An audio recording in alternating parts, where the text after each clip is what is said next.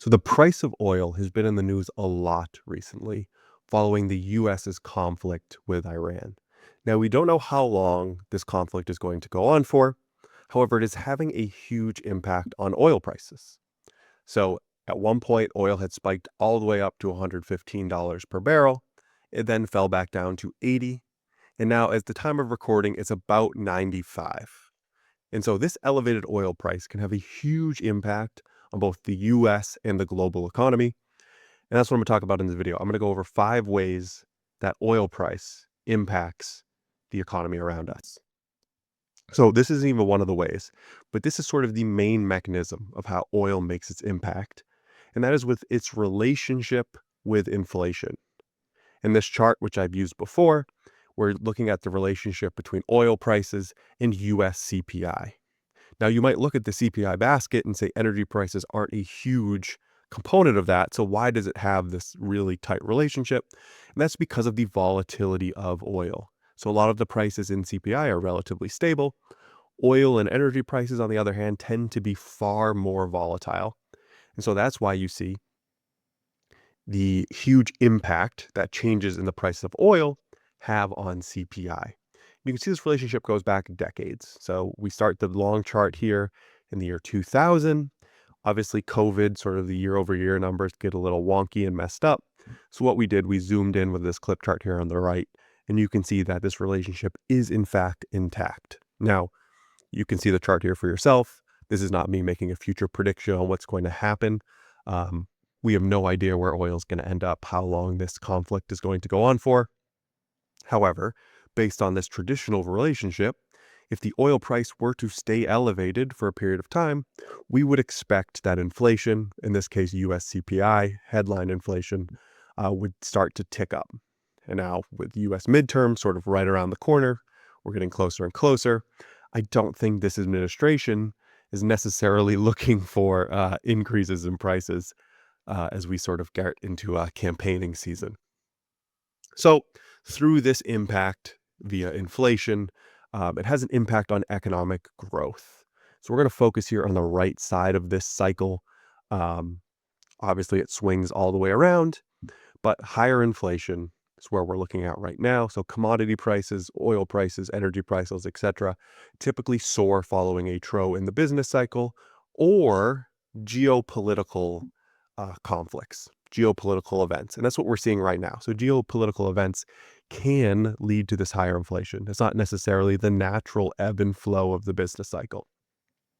And then when you do get these higher inflation pressures generally lead to slower growth overall. And so again, it loops back around. This is part of the normal cycle. But right now, we're sort of talking about what we see on the right. If oil prices are to impact inflation, to send inflation higher, then we would typically see lower growth as a result of that. So let's actually get into the 5 ways that the title of the video have that we're going to talk about. So this one is just one more step in logic from what we were just talking about. The price of oil impacts central bank decision making via the impact that oil prices has on inflation. So you think about central banks around the world. One thing that most of them have in common is they're trying to keep prices stable.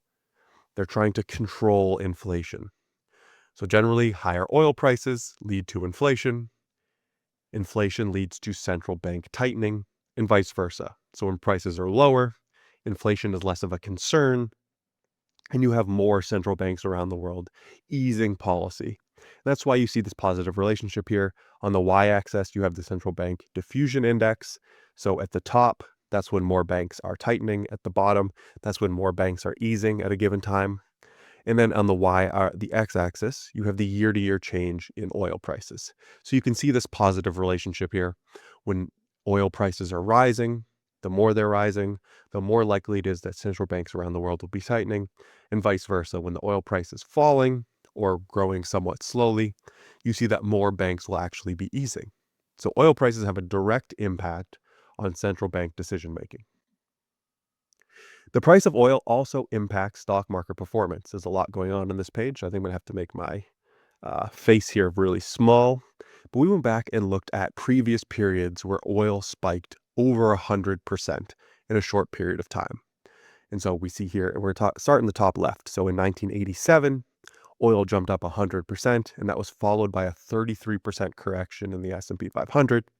1999, oil was up 150%, and that was followed by a 26% correction in the S&P 500. 2007, oil up 100%, followed by a 48% correction in the S&P 500. 2009, oil up 125%, followed by a 16% decline in the S&P 500. Now, each of these instances obviously are unique. There was other things going on during this time period. It wasn't just the rise in oil price. However, I do think it's fair to say that the stock market generally doesn't like rapid rises in the price of oil. Now, I don't know what's going to happen. Again, we could see oil sort of fall back to normal levels within weeks. If it starts to become months, maybe even years, then this is something that we would need to be thinking about. Number 3, the price of oil impacts GDP growth. Now, this is a chart I've used before, but I will explain it one more time. So the size of bubble here represents the amount of real GDP growth in percentage. So the bigger the bubbles, the higher the growth rate, the higher the real GDP growth. And so then what you have here on the x-axis, you have US real personal consumption expenditures, the change in that, so year over year. So on the right, basically you can think of it as consumers are spending more. On the left, you have the proportion of that spending that goes to food and energy.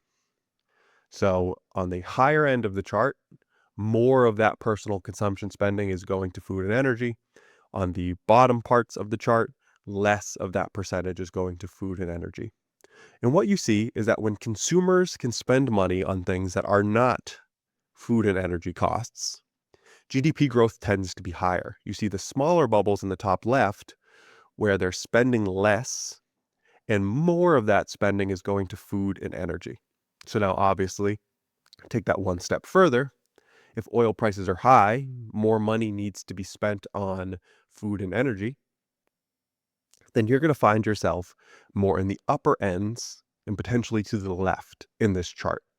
So the price of oil can impact GDP growth. Now, this is for the US, which is a very consumption-based economy. As I've said many a times, consumption makes up about 70% of US GDP. But this is going to hold true for any country where consumption makes up a large percentage of its GDP. The less that citizens are spending on food and energy, the better it is for GDP growth. Next one, number 4. The price of oil impacts global market multiples. And again, this is via its mechanism with inflation. So we're not going to spend a lot of time on this one, but the relationship here I thought was really cool. So we looked at all different countries, tracked their CPI growth alongside their change in PE. What we found is that the countries who had the higher CPI growth tended to have the lowest change in their market PE for their country's stock market. So again, oil via its impact on inflation, I really just included this to show you that this is a global story as well. It's not just in the US that inflation can have such a negative impact on its economy or its stock market. You can see here that this holds true everywhere. In particular, you see Brazil here in the bottom right. They have seen a more rapid acceleration in inflation, and that has also led to greater PE compression. So again, price of oil goes up, inflation tends to go up with it, and inflation, when it's increasing, tends to weigh on market multiples across the globe. And then finally, the price of oil can impact volatility as well as sector selection. So oil volatility tends to seep into larger equity markets. You can see the chart here on the left. That is the 180-day oil price volatility alongside the 4-week moving average of the VIX. Just did the 4-week moving average because the VIX can be pretty noisy, so I wanted to smooth it out a little bit. And we've seen that sort of recently as oil's become a little bit more volatile. We've had some big up and down, relatively big. I mean, we're not talking 5%, but we've had 1%, 2% days up and down, as the price of oil has become to get a little more volatile. And then it can also impact sector selection. So we went back and looked at the Iraq War, specifically July 1990 to April 1991. The oil price at that time spiked and then eventually collapsed. During this time period, the overall market was plus 8.7%. But you can see that was split up differently across the different sectors. So the commodity sensitive sectors were down. Defensive names, that's probably not surprising, were up. So during these types of conflicts, an understanding of macro is very important to manage your sector selection. So we're going to see more and more volatile markets if this lasts for a long time. And it can potentially, well, not maybe, might not have a huge impact on the overall market. We've seen that oil in particular can cause the S&P to fall. But if this is prolonged, that might not be the case. But it can have a huge impact on your sector selection. So how are you positioning your portfolio based on what's happening across the globe? And having an understanding of macro can really help you make those decisions. That's what I'm going to leave you here today. Again, I apologize if you're watching this video and the price of oil is now $150, or if it's $50, or if the conflict is over. I'm recording this on Thursday, so a lot can happen in a couple of days. But regardless, the next time we see a huge spike in oil, you'll be ready to go with this information. So I hope you enjoyed. I hope you have a great week, and I will see you back here next Monday for another educational video.